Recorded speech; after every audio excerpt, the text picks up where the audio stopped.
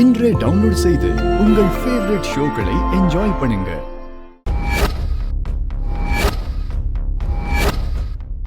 Fathers டே அன்னைக்கு எதுக்காக யார் கண்ணையும் படாம மறைஞ்சிருந்த? அங்க உன்னை நந்தன் குடும்பத்துல யாராவது பாத்துருவாங்கன்னா?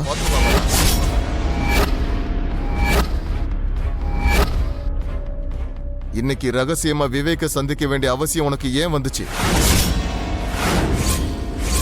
விவேக்க உனக்கு எப்படி தெரியும்?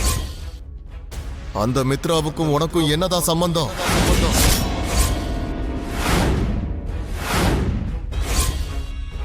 சொல்லு லக்ஷ்மி, உனக்கும் மித்ராவுக்கும் என்ன சம்பந்தம்? மித்ரா உனக்கு என்ன வேணும்?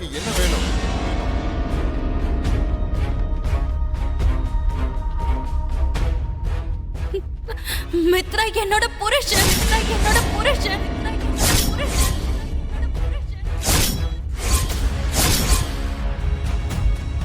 இதுக்கு மேலயும் நீங்க ஏதாவது தெரிஞ்சுக்கணும்னு நினைக்கிறீங்களா?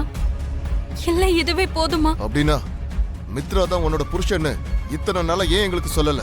அவ்வளவு பெரிய நந்தன் குடும்பத்துக்கு மருமகளா இருந்துட்டு யாருக்கும் தெரியாம எதுக்கு இப்படி தலைமறைவா வாழ்ந்துட்டு இருக்க?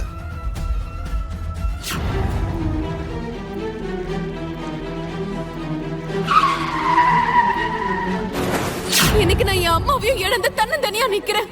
இன்னைக்கு என் வாழ்க்கை இப்படி ஆனதுக்கு காரணமா இருந்த ஒருத்தரையும் நான் சும்மா விட மாட்டேன். அதுல முதல் ஆளா பலியாக போறதே அரவிந்த ஆண்டி தான். உனக்கு என்ன வேணும்? என்ன கேட்டாலும் கொடுத்துருவியா? ஆனா அதுக்கப்புறம் அரவிந்த ஆண்டி மேல நீ பழி சுமத்த கூடாது. அவங்களுக்கு நீ எந்த ஒரு கெடுதலையும் ஏற்படுத்த கூடாது. அப்ப சரி, நீ மித்ராவோட வாழ்க்கையில இருந்து நிரந்தரமா வெளியே போகணும். நந்தன் குடும்பத்தை விட்டு அவங்க கண்ணிலே படாத அளவுக்கு இந்த ஊரை விட்டு நீ போயாகணும். ஒரு காலத்துல நான் எங்க போகணும்னே தெரியாதப்போ நீங்க தான் எனக்கு அடைக்கலம் கொடுத்தீங்க.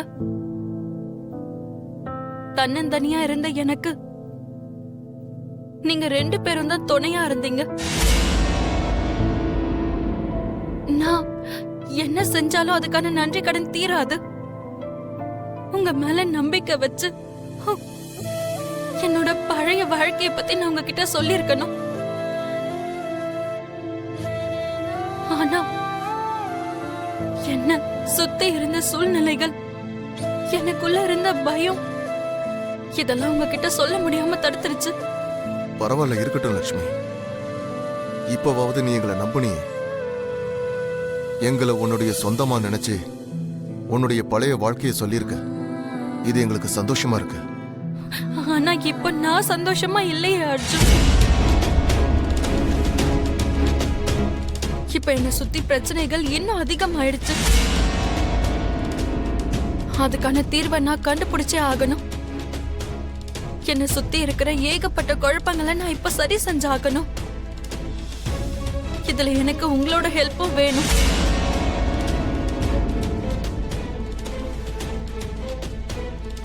இதுக்கு முன்னாடி இருந்தது மாதிரி இந்த விஷயத்திலயும் நீங்க எனக்கு துணையா இருப்பீங்கன்னு நம்புறேன்.